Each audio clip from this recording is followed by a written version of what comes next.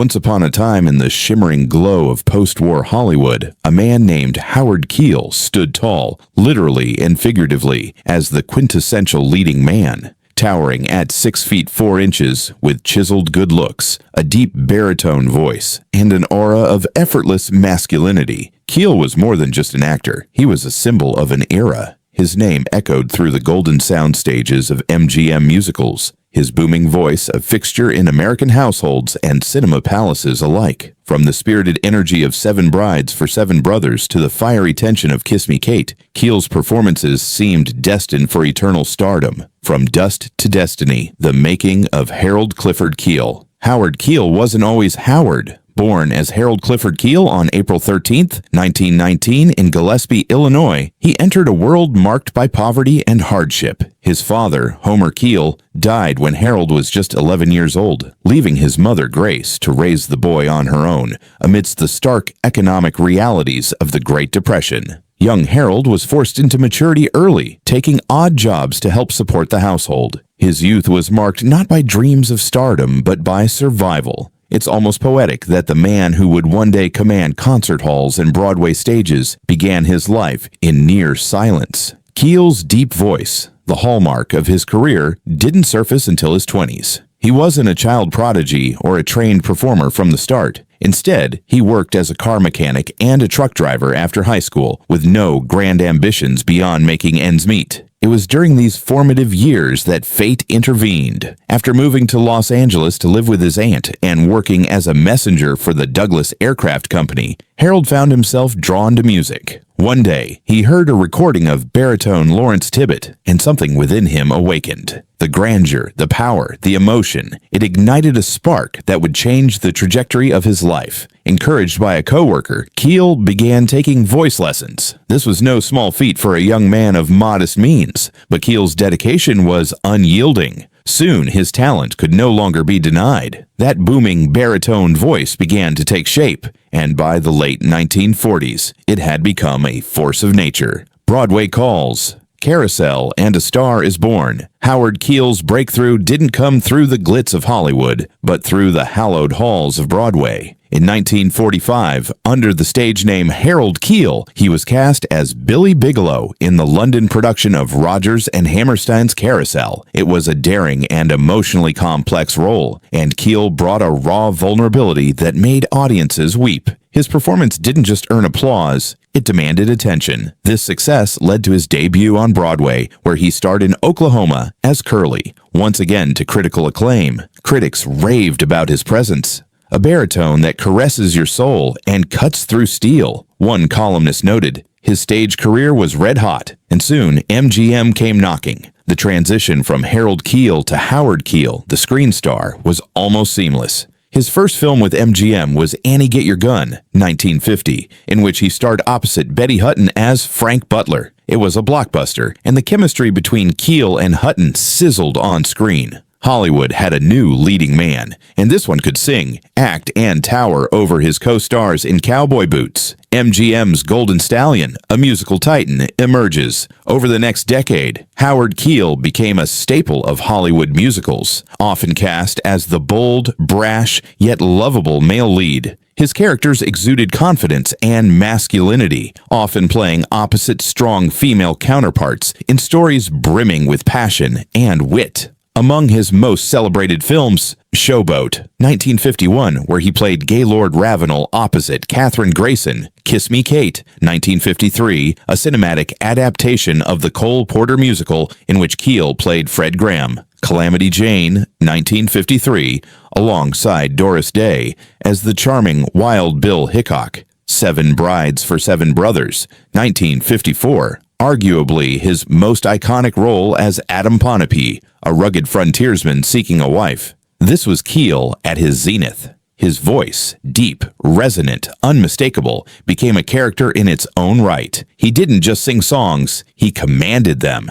His duet performances, particularly with actresses like Jane Powell and Anne Blyth, became the stuff of legend. Audiences loved him, critics praised him, MGM banked on him. Howard Keel in the early 1950s was Hollywood royalty, the beginning of the end, the decline of the musical. But as the 1950s waned, so too did the public's appetite for grand Technicolor musicals. The genre that had elevated Keel to stardom was rapidly becoming passé. The late 1950s saw a shift in cinema toward gritty realism, anti-heroes, and stories that felt less like dreams and more like waking nightmares. Rock and roll was replacing operetta. Marlon Brando was replacing Howard Keel. Keel, like many of his contemporaries, was caught in the transition. Despite his immense talent, he found himself typecast. Hollywood no longer needed big-voiced baritones in romantic period pieces. Studios wanted James Dean angst, not Curly's cowboy charm.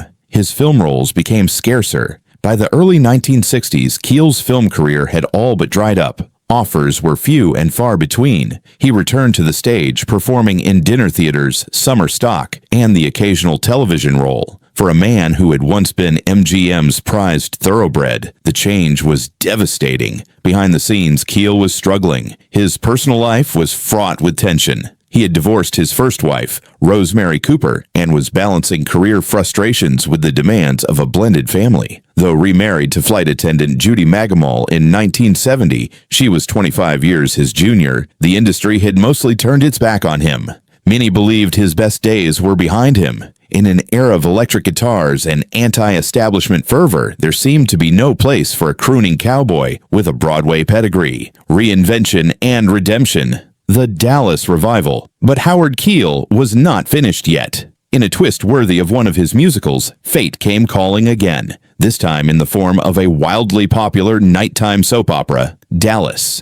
In 1981, at age 62, Keel joined the cast as Clayton Farlow, the wealthy, dignified oil baron and eventual husband to Miss Ellie, played by Barbara Bel Geddes. For a new generation of viewers, Keel was no longer Adam Ponape or Gaylord Ravenel. He was now Clayton, a Texas titan of quiet power and deep loyalty. His presence brought gravitas and a sense of old-school masculinity to the show, which at the time was at the peak of its international fame. This role resurrected Keel's career. He became a household name again, not as a musical star, but as a dramatic actor. Interviews, fan mail, and public appearances followed. Keel even released albums during this time, finally recording country and western songs he had long cherished. What Dallas gave him wasn't just screen time, it gave him a second act. Stardom has a cost. By the mid-1950s, Howard Keel wasn't just in the movies, he was the movies. His voice, his presence, and his unique blend of virility and vulnerability had made him a box office magnet. Audiences adored him, studios profited off him, but few understood the personal toll this success exacted. Behind the Technicolor facade, Keel was a man caught in the unforgiving machinery of Hollywood. Stardom is intoxicating, but it is also a cage, one where every choice, every failure, every aging wrinkle is magnified under the cruel spotlight of an industry that always craves something newer. For Keel, the very traits that once made him a desirable leading man became the things that held him hostage to a dying genre. Musicals were fading. So was his relevance. But even more painful was the slow erosion of purpose. Howard Keel didn't know who he was without the roles that defined him. And when those roles stopped coming, so too did the belief that he still mattered. Struggles behind the scenes. Marriages and mistakes. While Howard Keel's professional life was unraveling, his personal life was just as turbulent. He had married actress Rosemary Cooper in 1943, long before fame found him. But stardom brings temptation, distance, and ego, and their relationship couldn't withstand the pressures of the limelight. They divorced in 1948, and Keel married again, this time to Helen Anderson, a dancer. They had 3 children together. For a while, family life offered a much-needed anchor, but Keel's growing frustration with his career, coupled with the unpredictability of life as a fading star, created emotional rifts at home. He drank more. He withdrew. He questioned his self-worth. And as the roles became scarce, so too did his sense of control over his own narrative. By the late 1960s, Keel found himself both unmoored professionally and distant personally. His second marriage eventually dissolved in 1970, and it seemed that the man who once lit up screens now had no audience, even at home. Judy. A love that rewrote the script. Then, a surprising turn. Keel met Judy Magamol, a 25-year-old flight attendant. He was 51. She was just beginning her life. And yet, despite the age difference, a bond formed, one not built on stardom or scripts, but on something far more enduring: acceptance. Judy saw not the faded star, but the man behind the fame. And Keel, perhaps for the first time, allowed himself to be vulnerable in love. They married in 1970 and had one child together, a daughter, Leslie. This marriage became Keel's turning point. While Hollywood had turned away, Judy leaned in. She became his anchor, his confidant, his champion. With her support, Keel began to reimagine what life could look like beyond the red carpet. He toured Europe. He sang in concerts. He rediscovered joy, not in the roar of applause, but in the quiet moments of fatherhood, long walks, and shared dinners. The music never left. Even as Hollywood stopped casting him, music remained his lifeline. In the 1970s, Keel began singing again, not in front of massive orchestras on MGM sound stages, but in theaters, clubs, and cruise ships. His voice had lost none of its resonance. Audiences, even younger ones, were still moved by his command of melody and emotion. He performed across the UK, Australia, and the US, bringing nostalgia to fans and introducing a new generation to the power of the baritone. These performances were modest compared to his film Glory Days, but they gave Keel something even more precious: a sense of purpose. He began to record albums again, including a beloved country western record that blended his operatic talents with his personal love for folk and Americana. His identity was no longer dependent on Hollywood. He was simply Howard Keel, the artist, and that was enough. Fatherhood and redemption. As he aged into his 60s and 70s, Keel embraced the role of father and husband with the same commitment he once gave to Fred Graham or Adam Pontepee. He took pride in his blended family, maintaining relationships with his older children while cherishing the unique bond with his youngest daughter, Leslie. In interviews, he described fatherhood as his greatest role. This wasn't PR spin. It was a man who had known the emptiness of vanity and the solitude of celebrity, finally finding authenticity. He became active in charity work, especially organizations involving music education and cancer research. Fans would often approach him expecting the ego of a screen legend, and instead find a humble man who still remembered his roots in Gillespie, Illinois. Keel's third act was not defined by accolades, but by intimacy, the kind of quiet, meaningful life that fame often denies. Dallas, a second chance from a surprising source. Just when it seemed his Hollywood story had run its course, Dallas offered Keel something unexpected: a revival. Producer Leonard Katzman, aware of Keel's classical background, cast him as Clayton Farlow, a dignified oil tycoon who would eventually marry Miss Ellie, matriarch of the Ewing family. This was no mere side role. Keel became a pillar of one of the biggest television dramas in the world. For 10 years, from 1981 to 1991, Keel starred in Dallas, and with each episode, a new generation learned his name. His fan mail surged. Appearances on talk shows resumed. The industry that had once abandoned him now called again, this time with respect. And yet Keel never allowed the fame to seduce him again. He approached Dallas with gratitude, not entitlement. He knew this was a gift, and he treated it as such. Quiet decline, loud legacy. In the final years of his life, Keel toured occasionally and continued to sing. But in 2004, he was diagnosed with colon cancer. He passed away just weeks later at the age of 85, surrounded by his family. His death was not the subject of tabloid scandal or public spectacle. There were no flashy headlines, just quiet tributes, a few obituaries, and an immense sense of loss among those who remembered. Howard Keel didn't vanish. He evolved. He survived an industry that often forgets its legends, and in doing so, became more than a star. He became a man of grace, dignity, and enduring strength. A legacy buried under time. As the years went on, Howard Keel's name slowly faded from pop culture consciousness. Unlike Elvis, who was rebranded posthumously, or Sinatra, who became an icon of cool, Keel had no cultural revival machine behind him. There were no documentaries, no retrospectives, no best-selling biographies. Even MGM, the studio that once built him into a household name, failed to honor him with the same fanfare it gave to others. Younger generations never got the chance to discover him. His films weren't aired as frequently. Streaming services rarely featured his work. And so, an entire legacy was allowed to gather dust. In truth, Howard Keel became one of the forgotten titans of Technicolor, a man whose career defined a genre only to be swallowed by its decline. But not forgotten by all still, among a devoted group of fans, especially musical theater and classic cinema enthusiasts, Keel's work remains sacred. Forums, fan sites, and vintage film communities continue to celebrate his performances. Film festivals occasionally screen Seven Brides for Seven Brothers, reminding viewers of just how magnetic he was on screen. And, of course, Dallas ensured that his name lived on through the 1980s and 90s, even if younger audiences didn't realize he had once been a Hollywood giant.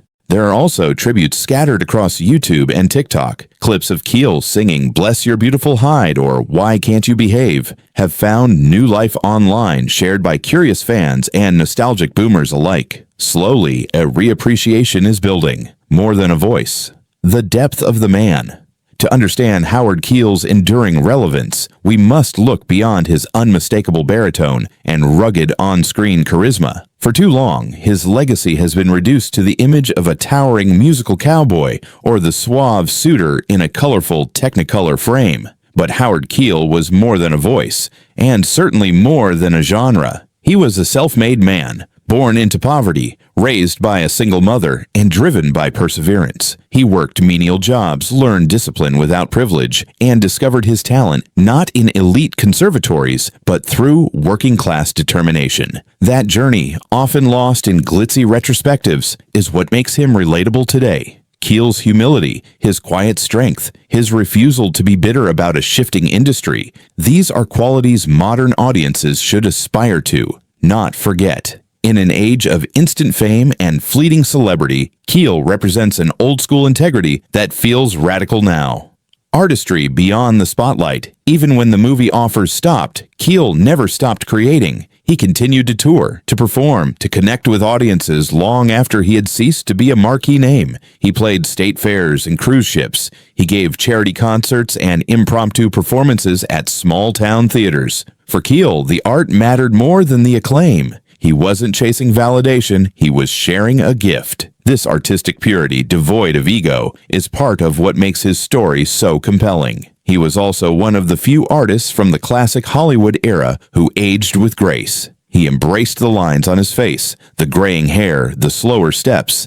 He didn't resist time, he lived with it. And in doing so, he became a beacon of dignity in a youth-obsessed industry. There was no desperate comeback, no tabloid scandal, no tragic implosion, just a man who kept doing what he loved, even as the world moved on. A legacy etched in Technicolor and vinyl. While Keel's stardom may have dimmed in the public eye, his impact remains embedded in the DNA of American entertainment.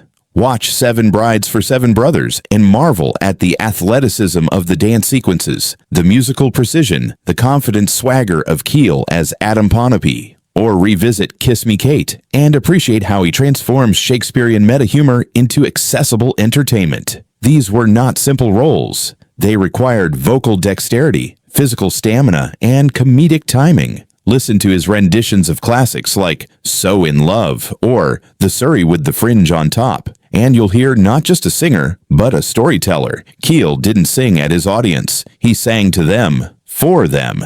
His records, now collector's items, have found second lives online. Music platforms like Spotify and Apple Music have begun to catalog his work, introducing new listeners to a voice that once shook movie palaces. From forgotten to revered, a generational shift. In recent years, there's been a quiet renaissance surrounding Howard Keel. Film scholars have begun re-evaluating the musical genre, recognizing its technical brilliance, cultural influence, and artistic merit. In that conversation, Keel is finally being acknowledged as one of its towering figures. Younger fans curious about the roots of Broadway or classic Hollywood are discovering Keel through digital streaming, retro film clubs, and YouTube tributes. His performances, once considered dated, now feel refreshingly sincere, a throwback to an era when emotional vulnerability and vocal power went hand in hand. Keel also resonates in the LGBTQ+ community and theater circles, where Golden Age musicals are treated with reverence. His collaborations with Jane Powell, Anne Blyth, and Doris Day are celebrated as iconic pairings, where equality in talent met equality in chemistry. The industry that once cast him aside may have moved on, but the audience never truly let him go.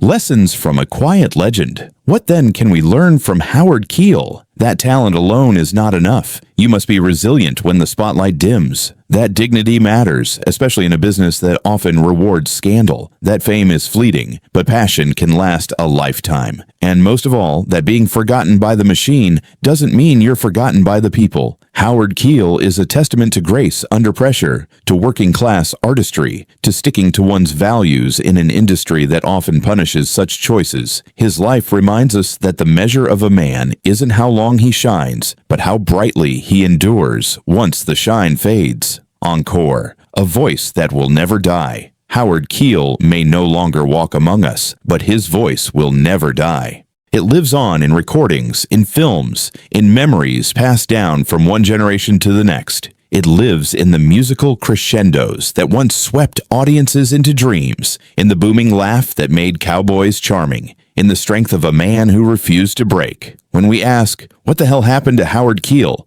We must now answer, nothing bad. He lived, he gave, and he left behind more than we realized. And perhaps, just perhaps, in revisiting his life, we've rediscovered something we lost, a kind of stardom that doesn't burn out, it settles into the soul. So go back, watch the films, listen to the voice, close your eyes, and let Howard Keel remind you of a time when movie stars could really sing, really act, and really matter.